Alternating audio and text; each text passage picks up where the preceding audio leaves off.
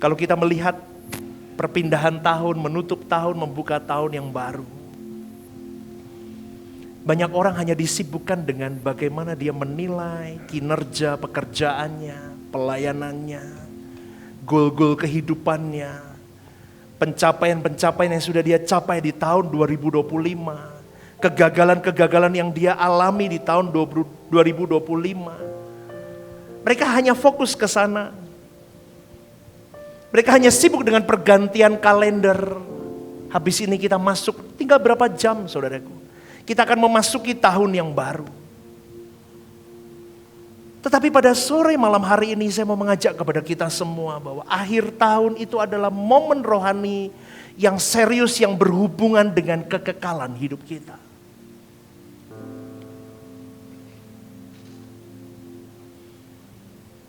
Banyak orang Kristen dengan evaluasi hidup mereka, tetapi mereka tidak banyak yang berpikir bagaimana mulai mengevaluasi kehidupan kerohanian mereka. Akhir tahun banyak orang memanjatkan doa dengan segala hal yang dia inginkan untuk dia alami di tahun yang akan mendatang.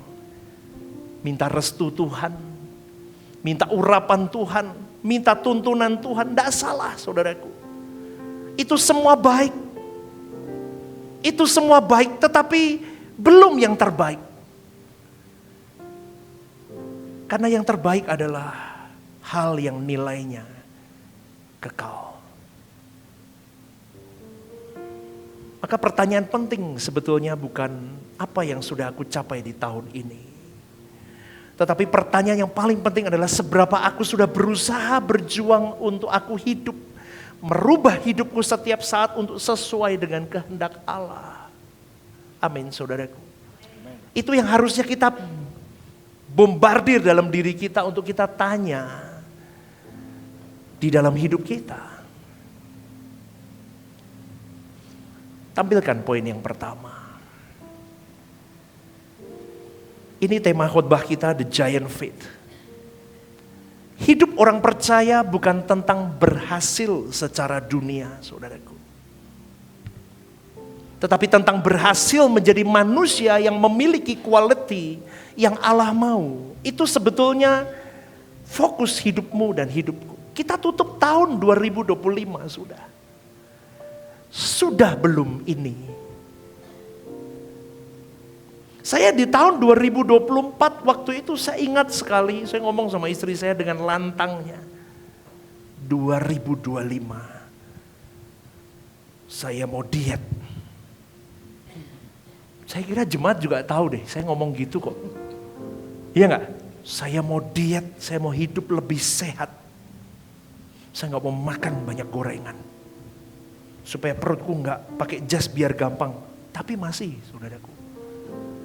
2025 saya tutup dengan masih. Ini saya ambil lagi tekad 2026. Yakin saya pasti. Perut lebih kecil. Badan lebih sehat, makan lebih ditata. Oke. Bagus. Saya juga masih ingat 2024 sebelum menutup tahun dan membuka tahun yang baru, saya berkata kepada diri saya mau semakin masuk di dalam percepatan, semakin serupa dengan Yesus. Tahu saudaraku, tahun 2025 bukan tahun yang mudah untuk saya, untuk gereja ini. Betul ya, para pengurus tahu 2025 bukan hal yang mudah. Di bulan apa itu? Kalau nggak salah bulan Maret ya. Di gereja yang lama, di tempat kita yang lama, kita dikasih tahu untuk harus pindah. April akhir, itu saya masih berobat waktu itu. Di info dari pihak tempat yang lama bahwa kita nggak bisa diperpanjang. Saya masih ingat saudaraku. Saya bingung, hari itu kita nggak punya dana sama sekali. Sama sekali. Tabungan kita nol, saudaraku. Kita hanya cukup untuk membayar tiap bulan gereja. Saya nggak tahu mau pindah kemana. Akhirnya kita sambil cari, sambil jalan, kita menemukan tempat ini. Tempat ini pun saya berargumentasi. Parkirannya sempit, takutnya mobil itu gesek. Saya takut Bapak Ibu. Saya sendiri yang nyetir begini. Aduh, kok ngepas ya. Tapi sekarang sudah lihai sih. Tekuk tep masuk, udah gampang. Tapi yang baru pasti akan merasa, wah ini tantangan. Betul Bapak Ibu? Betul ya, itu enggak gampang. Saya enggak mau tempat ini, parkirannya susah. Kita cari tempat lain. Enggak kuat bayar sewa, saudaraku. Dengan kapasitas jemaat kita yang bertambah. Saya bingung, saudaraku. Saya cuma nangis di kamar doa, Tuhan tolong. Saya enggak ada dana, kecuali kalau sudah pegang dana enggak apa-apa. Kita enggak ada dana hari itu. Bisa bayar untuk tempat yang lama, tiap bulan nutup, dah puji Tuhan. Kemudian kami sepakat untuk doa puasa, kita meminta kepada Tuhan. Tuhan tunjukkan tempat yang paling tepat. Dari yang tidak mantap jadi mantap saya di sini, saudara. Karena kepaksa. Karena terpaksa, tidak ada jalan. Ya udah deh di sini. Akhirnya kita siap di sini. Kita mau renov tidak ada dana, saudaraku. Hari itu dari jemaat, dari semua kita bareng-bareng akhirnya. Dan itu pun meleset jauh, pembangunan ini meleset berapa ratus juta itu. Tapi Tuhan cukupkan. Kita sampai sewa di hotel pop kemarin waktu itu udah penuh sekali, jemaatnya gak cukup.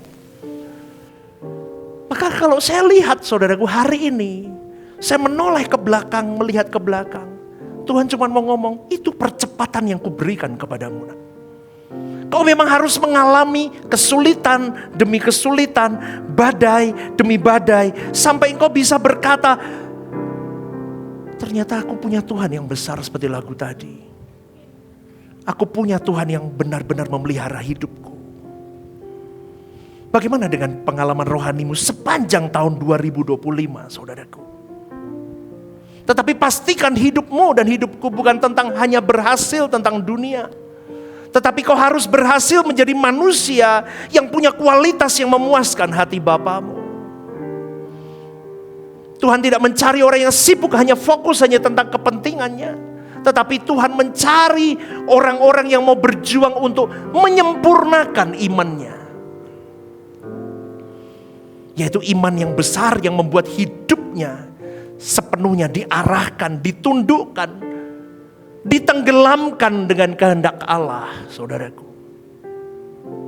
Tapi pertanyaannya apa iman itu? Nah, kita akan bahas di sini, saudaraku. Apa iman itu? Ibrani 11 ayat 1 berkata, iman adalah dasar dari segala sesuatu yang kita harapkan dan bukti dari segala sesuatu yang tidak kita lihat. Kalau saya dulu sebelum mengerti suara kebenaran, sebelum saya ada di GSKI, saudaraku, iman yang saya tangkap dari kalimat ini, iman adalah dasar dari segala sesuatu yang kita harapkan dan bukti dari segala sesuatu yang tidak kita lihat. Itu sesuatu yang sesuai dengan mau saya. Betul Bapak Ibu? Bapak Ibu pasti juga mengalami yang sama. Mauku, cita-citaku, kerinduanku, keinginanku. Padahal kalau kita mengerti di dalam koridor suara kebenaran, ini bukan tentang dunia dan segala keinginanmu. Dan bukan tentang segala cita-citamu. Ibrani 11 ayat 1 ini. Ini bukan seperti yang diberitakan selama ini tentang iman, saudaraku. Kenapa pastor berbicara tentang iman di penghujung tahun ini? Karena kalau kau tidak kawal imanmu, semakin hari semakin besar, semakin sempurna. Saya kasih tahu saudaraku, dunia tidak kunjung baik. Jadi jangan pernah berharap bahwa tahun depan keadaan lebih baik. Keadaan pasti dunia lebih buruk. Kalau kita lihat tahun 2025 bencana begitu luar biasa. Tahun 2026 saya kira dunia semakin tua, semakin jahat, semakin gelap. Anda gak bisa ngomong, oh pasti lebih baik. No. Maka pada malam hari ini saudaraku, saya mau katakan bahwa dunia semakin jahat. Maka perbesar kapasitas imanmu, perbesar langkah imanmu, sampai engkau bisa berkata, hidupku bukan aku lagi, tapi Kristus yang hidup di dalamku. Itu Kristen yang punya iman yang di kelas tinggi. Dan itu yang harus dimiliki oleh semua orang percaya untuk mengarungi segala zaman kehidupannya.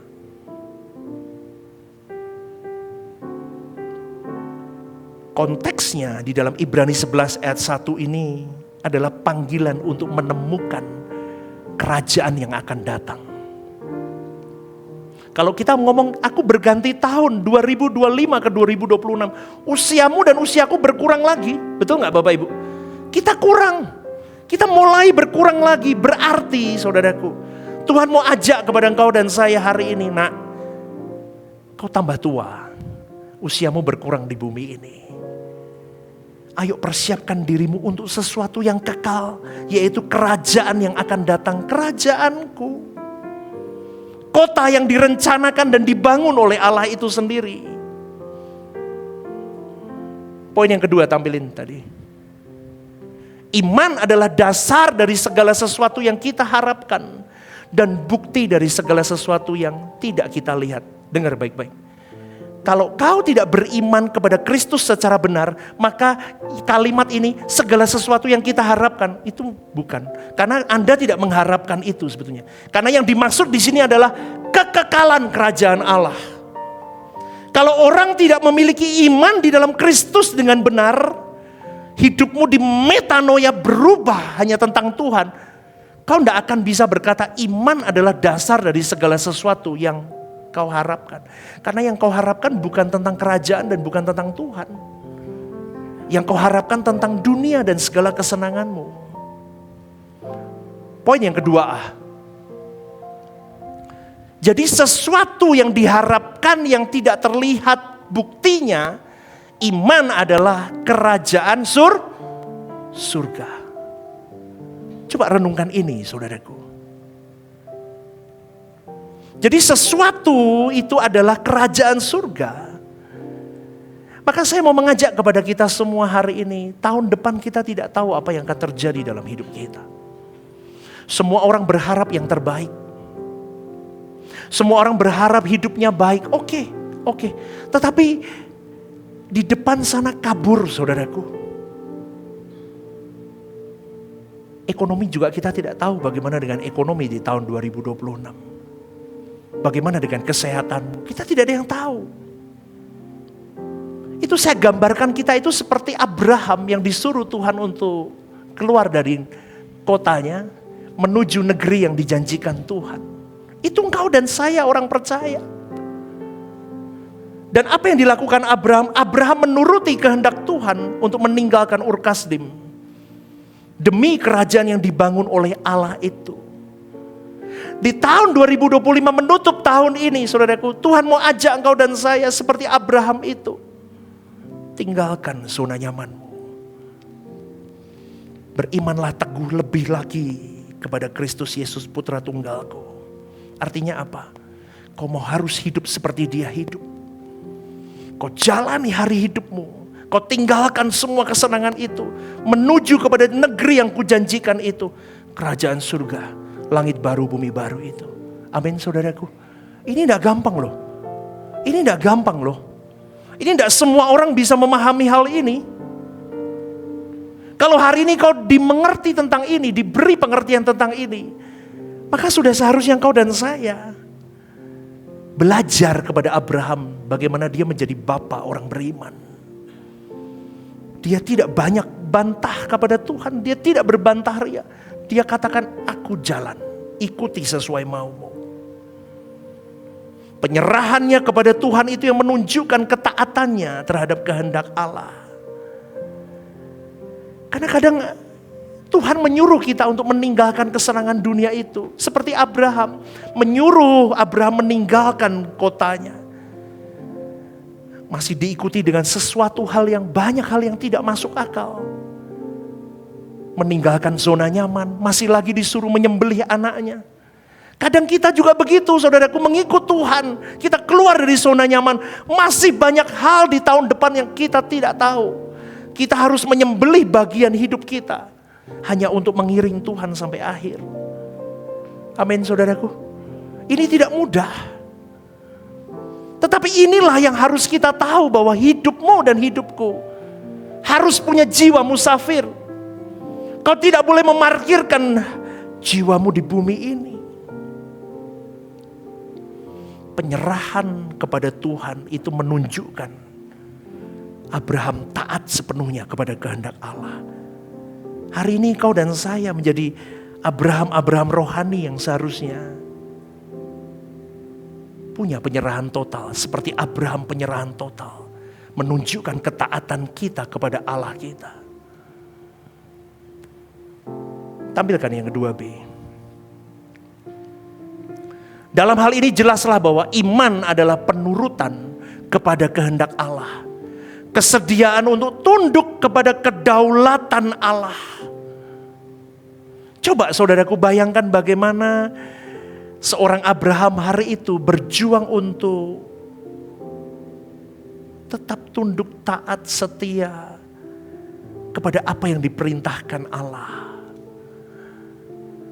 Bagaimana kalau hari ini di tahun 2025 menutup tahun ini Tuhan mau berkata, tundukkan semua kehidupanmu, keinginanmu, semuanya serahkan total hidupmu kepadaku. Apakah kau berani, saudaraku? Tetapi konsekuensinya saya mau katakan dulu, kalau kita berani mengiring seperti Abraham mengiring Allahnya, seakan-akan hidup kita tidak ada jaminan. Kita kayak orang bodoh, saudaraku, mengiring Tuhan. Tapi pastikan bahwa orang-orang yang berani nekat buat Tuhan, hidupnya akan ditandai Tuhan. Amin, saudaraku. Hidupnya tidak akan pernah dipermalukan Tuhan. Abraham sampai di titik akhir hidupnya pun dia tetap setia terhadap panggilan Bapaknya. Bagaimana dengan kau dan saya di tahun 2025 menuju tahun 2026? Berani gak kamu seperti Abraham berserah total? Aku nurut sama maunya Allah. Aku tunduk sama kedaulatan Allah. Maka benar lagu Bapak Ketua Sinode kita Pak Eras menyanyikan lagu Suka-Sukamu Tuhan. Ya benar, suka-sukamu Tuhan. Aku ikut.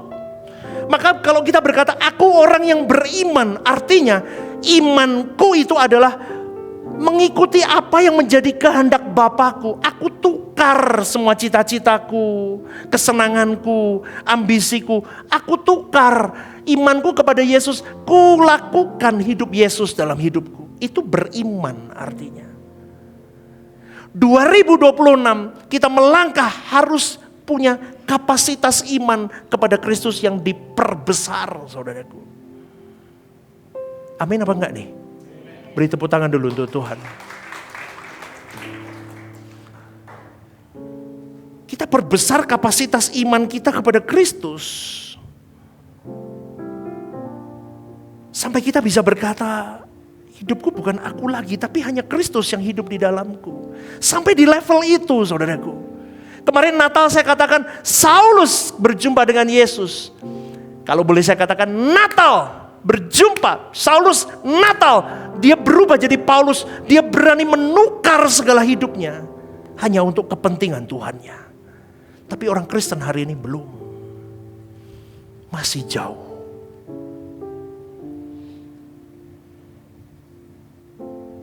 Saya rindu Bapak Ibu, kita semua ini benar-benar memahami iman ini dengan benar supaya kebangkitan rohani itu terjadi dalam hidupmu.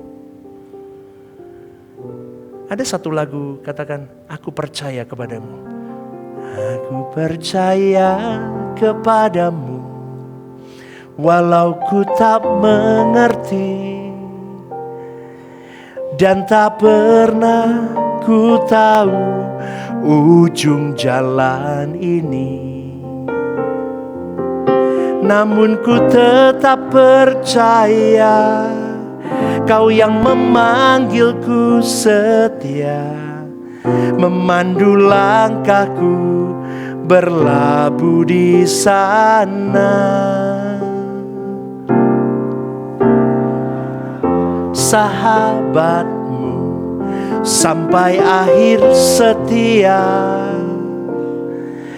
Dari jauh memandang negeri perjanjian, Kanaan surgawi permai, tanah air yang kau janjikan, tempat pertemuan semua saleh Tuhan.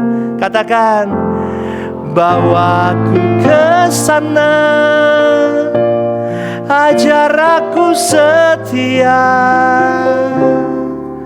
mengerti semua maksud. Katakan saudaraku, tak ku ingini lagi indahnya dunia ini, karena ku yakin yang kau sediakan sempurna. Bawa aku ke sana, katakan bersama. Ajar aku setia, mengerti semua maksud dan jalanmu. Katakan, tak ku ingini lagi. Apa saudaraku?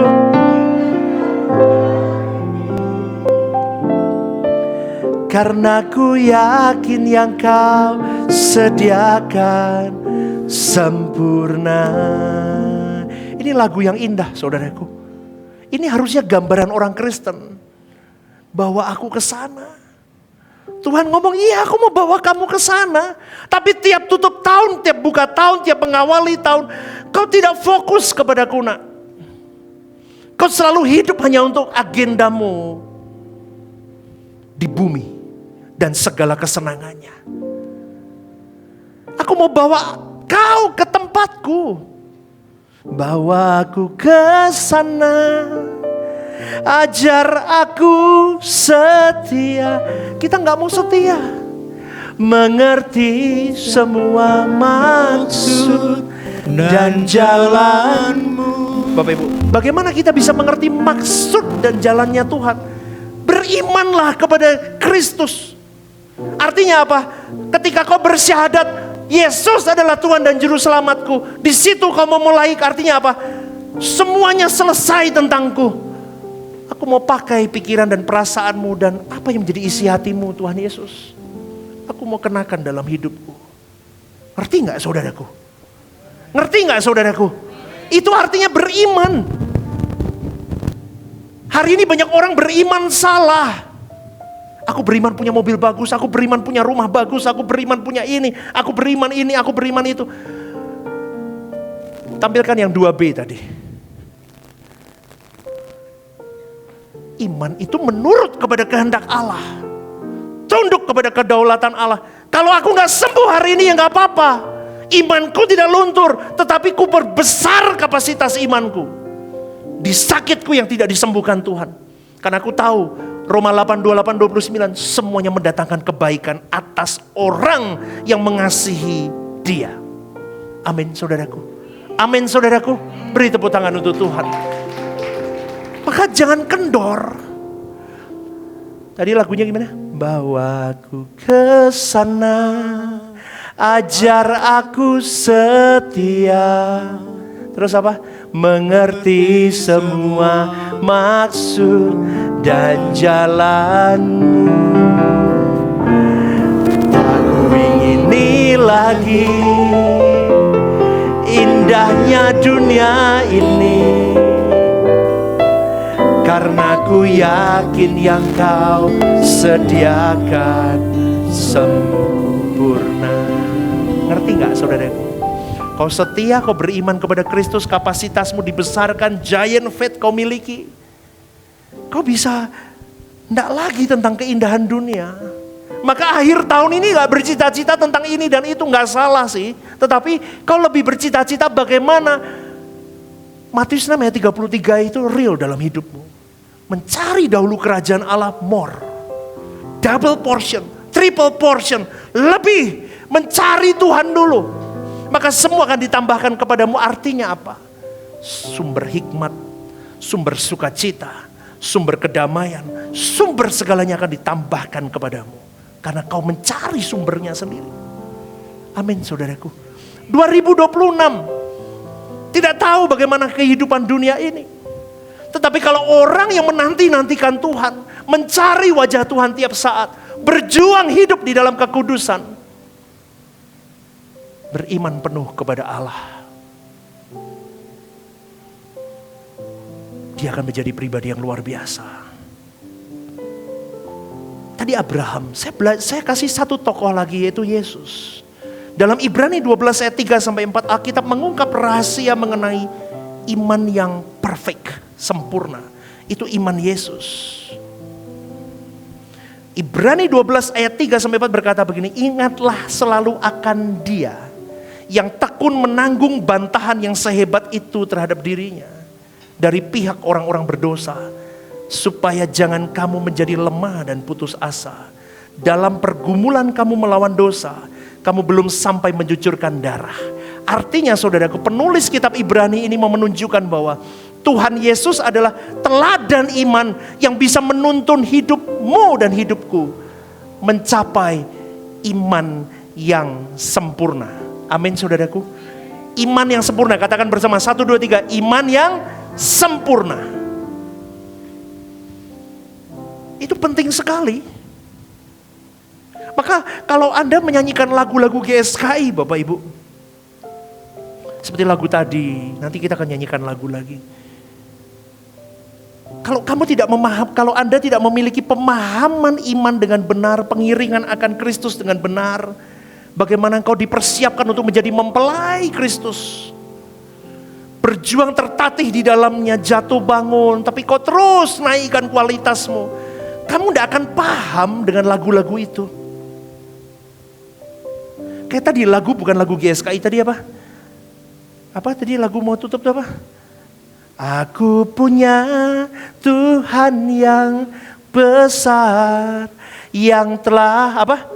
Berjanji dan sanggup menggenapi imanku, bersepakat percaya kuasanya, ku terima sekarang kemenangan darimu. Ini menang bukan menang kamu punya utang terus kamu bersepakat sama Tuhan terus lolos utangmu. Amin. Loh, siapa yang begitu dulu? Saya begitu. Loh, di sini nggak ada. Luar biasa. Luar biasa. Dulu kalau begitu saya sendiri yang pinjem kartu kredit gosok, tuh mau bingung mau bayar. Terus masuk kamar doa nyanyinya begini. Aku punya Tuhan yang besar. Tuhan mungkin ngomong, bocahku si Cini yang telah berjanji kan sanggup melunasi imanku, bersepakat percaya kuasanya apa? Ku terima sekarang pelunasan dah. Betul? Iya apa enggak ya? Sekarang berubah loh. Kalau kita dari suara kebenaran, makanya jangan anti deh. Nyanyi lagu gini gak salah kalau Anda dari site SK. Saya ajarkan di sini kan. Kalau kamu lihat dari suara kebenaran, sudut suara kebenaran, benar. Ini lagu gak ada yang salahnya. Kalau imanmu bersepakat, kau akan menerima kemenangan. Kemenanganmu apa? Kerajaan surga, saudaraku. Kemenanganmu apa? Kalau kau bisa hidup seperti Yesus hidup. Amin. Yesus sudah menang. Dia menang. Kita belum menang. Maka kita harus menang. Maka benar tadi lagu tadi. Aku punya Tuhan yang besar yang telah berjanji dan sanggup menggenapi. Loh ya jelas. Terus lanjut. Saya gak hafal soalnya. Lanjut. Loh, lanjut. Yang telah terus. Imanku bersepakat percaya kuasanya. Yuk jelas terus. Terus Bapak Ibu, lanjut. Ku terima sekarang kemenangan. Udah nih kalau lihat dari SK gak masalah. Tapi kalau kau tamak, salah itu lagu. Maka Bapak Ibu saudara-saudari yang dikasihi oleh Tuhan, apa yang bisa kita teladani dari kehidupan Yesus sehingga imanmu dan imanku sempurna untuk melangkah di tahun yang baru? Apa? Yang pertama, ketaatan tanpa syarat kepada Bapaknya. Hari ini orang Kristen harus punya ketaatan tanpa syarat kepada Bapaknya. Ketaatan yang tidak bersyarat adalah ketaatan Tuhan Yesus sampai mati di kayu salib. Kenapa iman yang diajarkan, diteladankan Tuhan Yesus adalah iman yang sempurna? Karena sampai mati, sampai mencucurkan darah. Maka pengiringanmu dan pengiringanku akan Kristus harus sampai kita mati manusia lama kita. Amin gak nih? Amin gak nih? Mulai bijak. Orang punya masalah karena kedagingannya manusia lamanya gak mati. Tak ku ingini lagi indahnya dunia ini, karena ku yakin yang kau sediakan sempurna. Tak ku ingini lagi keindahan dunia, fokusnya hanya tentang Tuhan, hati Tuhan.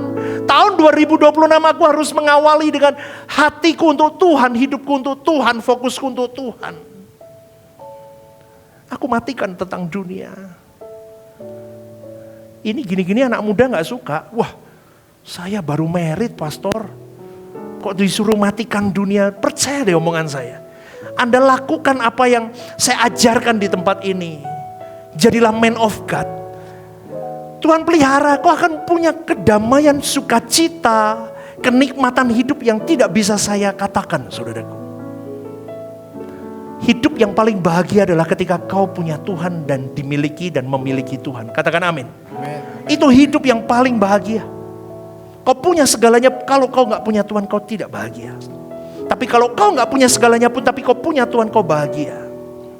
Kenapa pastor ngomong begitu? Saya sudah menjalaninya. Maka Yesus mengajarkan kepada engkau dan saya hari ini penurutan yang sempurna kepada kehendak Allah. Ini yang harus kita teladani. Poin yang ketiga. Jadi orang yang beriman adalah orang yang bersedia mengikuti jejak Tuhan Yesus. Lanjut, yang A. Oleh sebab itu objek iman kita pada prinsipnya bukan apa saudaraku? Sejumlah keinginan atau cita-cita. Atau juga bukan suatu barang yang kita butuhkan. Melainkan siapa? Pribadi Tuhan Yesus. Coba, terbalik kan? Iman yang selama ini diajarkan di mana-mana dengan iman yang diajarkan di suara kebenaran. Beda, saudaraku. Maka engkau dan saya harus mau tidak mau mengikuti pathway Tuhan Yesus. Kita belajar untuk mengikuti apa yang Dia lakukan, apa yang Dia pikirkan, apa yang menjadi perasaannya, kehendaknya. Kita belajar untuk jadi orang Kristen yang benar mulai hari ini. Karena aku tahu Allahku, kalau aku tidak memperbesar kapasitas imanku kepada Kristus, remuk aku hidup. Saya berpuluh tahun sebelum saya mengenal suara kebenaran, saudaraku. Saya berjuang dengan kemauan saya sendiri. Capek hidup. Saya tidak merasakan sesuatu yang seperti hari ini yang saya alami. Ketika saya mengikuti apa yang menjadi ajaran di dalam suara kebenaran itu, ikuti pribadi Yesus. Saat pertama-tama memang sulit, seakan-akan saya seperti di penjara dan nonsens kelihatannya. Tetapi itu standar kekristenan. Kalau kau tidak mengiring Kristus dengan benar, kau tidak menyandarkan imanmu dengan benar, objek imanmu masih bukan tentang Tuhan Yesus, kau tidak selamat saudaraku. Kau tidak akan pernah mencapai kerajaan Allah. Maka iman merupakan penyerahan diri sepenuhnya kepada seluruh kehendak Tuhan secara mutlak. Amin saudaraku.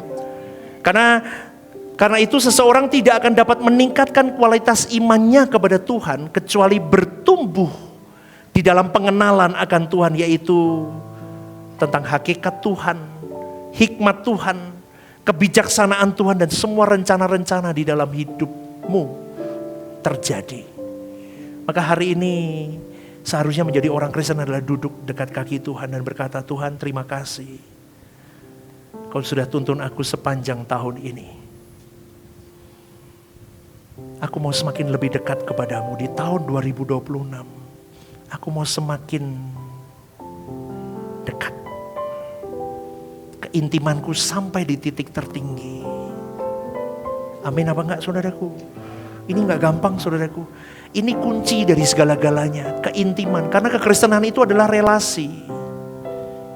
Kekristenan itu adalah relasi yang dimana kau ditunjukkan bagaimana untuk memiliki jalan kehidupan itu. Hukum hidupmu ya Yesus. Jalan kehidupanmu itu adalah Yesus itu sendiri. Kau harus melangkah di situ. Makanya milikilah keintiman. Sampai kau bisa dikoreksi, didirection, ditata oleh Tuhan itu sendiri. Indah. Maka 2026 kau tidak melangkah dengan ketakutan. Kau akan melangkah dengan apa? Allah besertaku, Allah Immanuel. Apa yang kutakutkan? Tapi syaratnya intim. Perbesar kapasitas imanmu. Yesus saja yang aku mau. Coba loh saudaraku. Poin yang keempat. Beriman kepada Tuhan tidaklah berdasarkan apa yang telah Allah kerjakan menurut selera atau kesukaan kita. Tetapi menyerah kepada apapun yang Tuhan kehendaki yang harus kita lakukan. Poin selanjutnya 4A. Percaya kepada pribadi Allah berarti percaya kepada apa yang diajarkan Alkitab tentang Allah. Oleh karenanya ajaran yang diterima orang percaya haruslah Injil yang benar. Bukan Injil yang lain. Haruslah Yesus yang benar. Bukan Yesus yang lain. 2 Korintus 11 ayat 2-3 berkata, sebab aku cemburu kepada kamu dengan cemburu ilahi. Karena aku telah mempertunangkan kamu kepada satu laki-laki untuk membawa kamu sebagai perawan suci kepada Kristus. Tetapi aku takut kalau pikiran kamu disesatkan dari kesetiaan kamu yang setia, yang sejati kepada Kristus. Sama seperti Hawa diperdayakan oleh ular itu dengan kelicikannya. Hari ini iman banyak diplesetkan di luar sana. Sampai-sampai Tuhan jadi objek hanya untuk pemuas nafsu liar manusia. Tuhan dijadikan seperti apa itu ya? Apa jin itu apa? Apa jin lampu. Tuhan jadi begitu. Padahal kalau kau jadi Kristen, habis sudah hidupmu. Kau tidak punya rancangan lagi selain rancanganmu hanya di dalam Tuhan dan tentang kehendaknya. Di luar itu kau berkhianat sama dia. Amin saudaraku. Di luar itu kau tidak bisa ditunangkan kepada mempelai pria itu. Maka di gereja ini saudaraku, saya tidak peduli. Saya pertama-tama banyak yang bicara, pastor jangan ngomongin suara kebenaran susah. Loh memang harus suara kebenaran di GSKI. Gak boleh dikurangin. Ditambah ya kadarnya. Kadarnya ditambah. Kamu harus sampai di titik persiapkan dirimu jadi mempelai Kristus yang sempurna. 2026, lucuti semua. Keinginan-keinginan daging apa semua, lucuti semua. Kebiasaan-kebiasaan burukmu, coba mulai koreksi. Lucuti semua. Firman sendiri yang berkata, kalau kau tidak mengiring pribadi Yesus, kau tidak akan sampai ke Bapa, saudaraku. Maka 2026, mumpung masih diberi kesempatan kita melangkah. Ayo beberes saudaraku. Amin gak nih? Amin gak nih? Siapa yang mau berjuang bersama dengan saya? Katakan dong. Berjuang dong. Kita berjuang habis-habisan saudaraku. Karena hari ini banyak diplesetkan tentang iman. Dan akhirnya mengkerdilkan banyak orang Kristen. Poin yang ke B. Iman adalah sesuatu yang tidak statis tapi progresif. Maka iman harus ditumbuh kembangkan. Dengan cara apa pastor? Tuhan itu cerdas. Dia beri kita banyak masalah. Coba ya kalau Bapak Ibu, orang-orang yang sudah ikut saya lama, dia tahu. Dulu, waktu pertama kali gereja ini ada sampai hari ini. Saya boleh dikatakan saya lari, saudaraku, cepat. Ada percepatan di situ. Melalui apa? Masalah hidup. Katakan bersama, 1, 2, 3, masalah. Siapa yang anti masalah hidup? Tidak ada ya, puji Tuhan. Saya ulang lagi, siapa yang anti masalah hidup? Siapa yang gak punya masalah hidup, angkat tangan. Siapa yang punya masalah hidup? Siapa yang gak punya tangan dan apa-apa? Saya ulang sekali lagi, siapa yang punya masalah hidup? Bersyukur sama masalah hidupmu. Itu cara Tuhan untuk membawamu percepatan. Imanmu berkembang di situ. Dulu saya mengandalkan banyak, saudaraku. Betul? Di awal gereja ini saya mengandalkan banyak orang. Tapi perjalanan hidup saya, perjalanan penggembalaan saya dilucuti satu-satu. Saya tidak bisa mengandalkan siapapun dan apapun selain Dia. Saya mengandalkan manusia A, manusia B, manusia C, manusia D. Ada Dia kok, ada Dia, ada Dia, ada Dia. Dan ternyata semuanya mengecewakan. Itu yang membuat imanku berprogres. Sakit memang. Setiap langkah kita mau naik kelas itu sakit, saudaraku. Sakitnya tidak karu-karuan. Sampai di kamar doa itu nangis sampai kayak umbelnya sampai sudah kemana-mana. Udah sendirian. Betul loh saudaraku, ikut Tuhan yang benar itu menderita. Loh ini KKR kok enggak kebangunan rohani malah mematikan menderita. Loh ini malah menaikkan imunmu, semakin tahu bahwa kebangunan rohani itu dimulai dari kesadaran diri. Bahwa kau butuh Tuhan. Kau harus cepat seperti Yesus hidupmu. Itu yang penting saudaraku. Semakin menderita, semakin cepat kau terbang tinggi. Semakin sakit saya tanya, semakin kau bersyukur. Paulus berkata kepada Tuhan, sembuhkan aku. Enggak Paulus, cukup kasih karuniaku bagimu. Berdoa lagi dia sama Tuhan. Tuhan sembuhkan sakitku. Enggak Paulus, cukup kasih karuniaku bagimu. Ketiga kali Tuhan sembuhkan aku. Enggak Paulus, cukup kasih karuniaku bagimu. Di titik itu Paulus sadar. Kehendak Tuhan itu yang tertinggi. Bukan mau-mauku. Mengiring Tuhan itu bukan mauku, tapi maunya. Katakan bersama amin. Mengiring Tuhan itu bukan mauku, tapi maunya. Bukan tentangku, tapi tentangnya.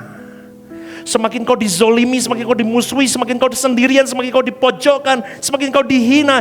Habis harga dirimu, nama baikmu.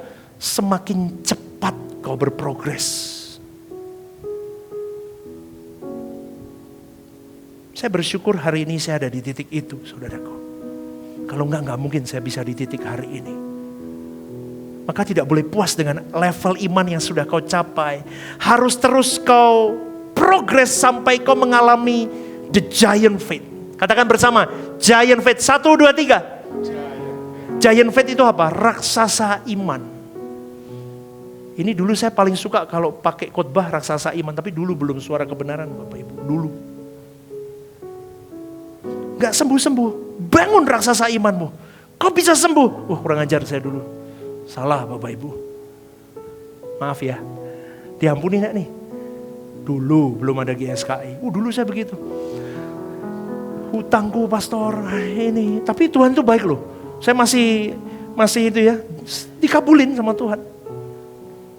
Tuhan ini mau punya anak, tapi kandungannya tertutup.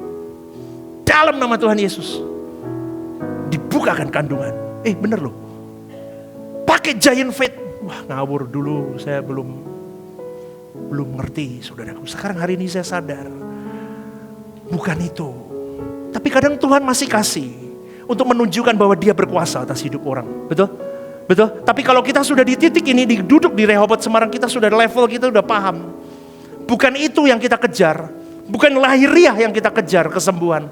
tapi internal rohani kita, karakter kita, cara kita berpikir, batin kita disembuhkan. Makanya dikembangkan saudaraku dengan raksasa iman. Sampai kau powerful dengan imanmu. Sampai kau bisa berkata, ini bukan hal lagi. Ini bukan masalah lagi buatku. Hari ini kau itu buat kamu masalah karena kau di sini. Tapi ketika kau bangun raksasa iman dalam hidupmu, yang itu bukan masalah lagi. Saya sampai ngomong loh sama istri saya, kok aku gak punya keinginan yang dulu saya suka, sekarang aku lihat barang itu udah gak suka lagi. Bukan gak suka, gak ada rasa. Sampai di level-level kamu sudah tidak ada lagi rasa tentang dunia dan segala kesenangannya.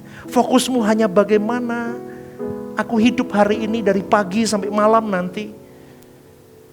Aku buat Tuhan sedih gak ya? Wah, kalau sudah sampai di situ saudaraku,